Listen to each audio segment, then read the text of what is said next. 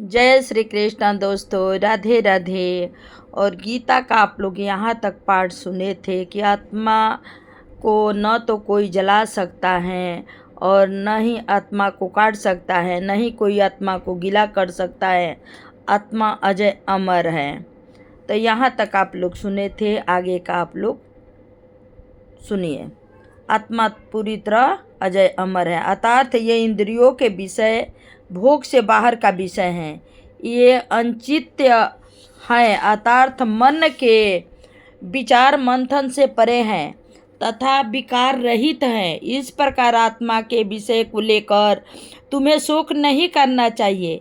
इतना जानने के बाद तुम्हारे लिए इस प्रकार का शोक करना उचित नहीं है। कृष्ण भगवान अर्जुन को समझा रहे हैं, हे महाबाहु, यदि तुम आत्मा को जन्म लेने वाला और मृत्यु को प्राप्त होने वाला मानते हो, तब भी तुम्हें किसी प्रकार का शोक नहीं करना चाहिए। इस संसार में जिसने भी जन्म लिया है उसकी मृत्यु होनी भी निश्चित है। ऐसा जानने के बाद भी तुम्हें शोक करना शोभा नहीं देता।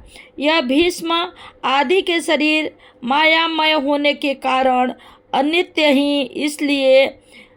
हैं, इसलिए इन शरीरों को लेकर किसी भी प्रकार का शोक करना उचित नहीं है। हे अर्जुन, प्राणी जन्म लेने से पूर्व भी बिना शरीर वाले तथा मृत्यु को प्राप्त होने के बाद भी बिना शरीर वाले ही होते हैं।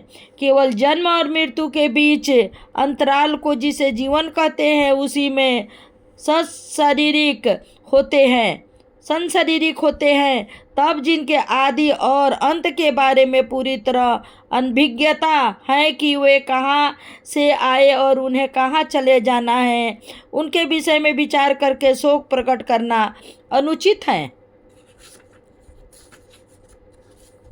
हे अर्जुन, इस आत्म तत्व का विषय अनंत गुण है। इस विषय का ज्ञान किसी बिरले महापुरुष को ही होता है और वह महापुरुष भी किसी आत्म तत्व के जिज्ञासु को ही इनका ज्ञान प्रदान करता है। कुछ महापुरुष ऐसे भी होते हैं कि वह आत्म तत्व के ज्ञान का श्रवण तो करते हैं, किंतु इसे भली भांति जान नहीं पाते हैं। हे अर्जुन, सभी प्राणियों के शरीर में विद्यमान आत्मा सदैव अवध्य से अंत तक किसी भी भूत प्राणियों के लिए शोक करना सर्वथा अनुचित है। हे अर्जुन, तुम क्षत्रिय वीर हो, तुम्हें अपने क्षत्रियोचित धर्म का पालन करते हुए युद्ध करना चाहिए। अपने धर्म को जानकर भी तुम्हें किसी भी प्रकार भय करने योग्य नहीं हो, क्योंकि धर्मयुक्त युद्ध से बढ़कर क्षत्रिय के लिए कोई कल्याणकारी कर्तव्य नहीं है। हे पार्थ,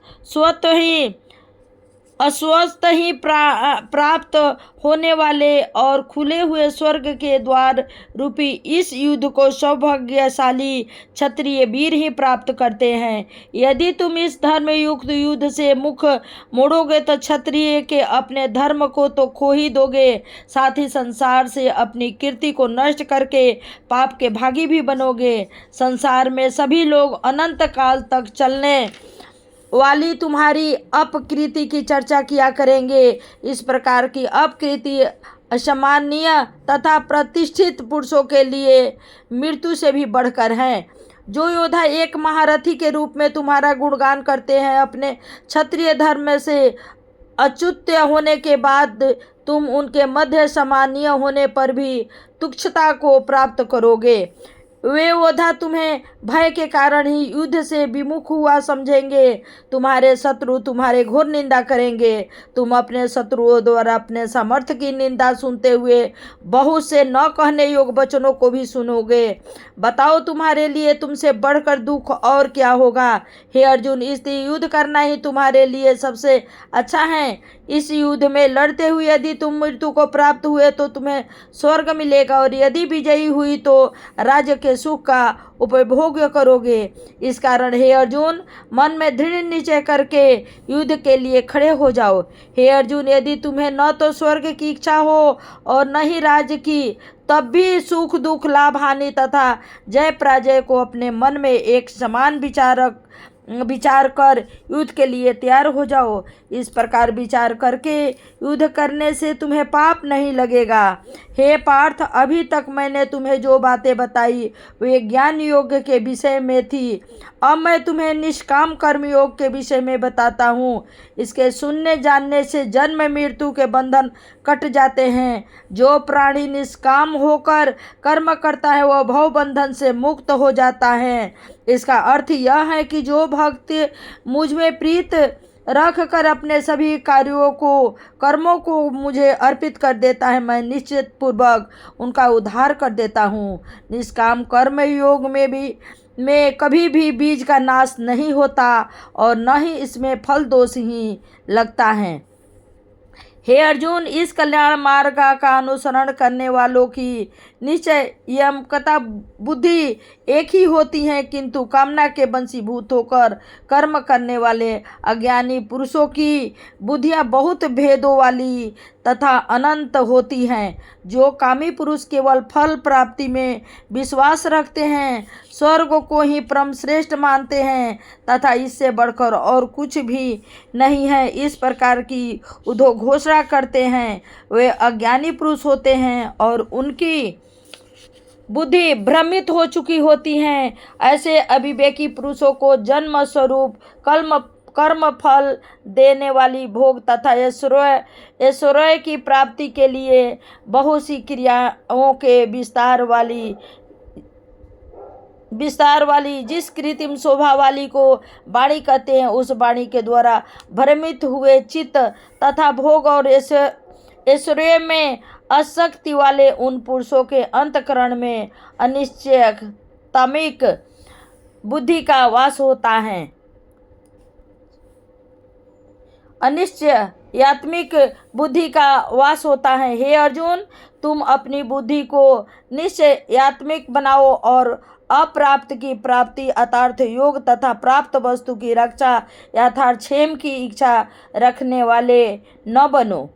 जिस प्रकार सब प्रकार से परिपूर्ण जलाशय के प्राप्त हो जाने पर मनुष्य का छोटे जलाशय से जितना प्रयोजन रहता है, उसी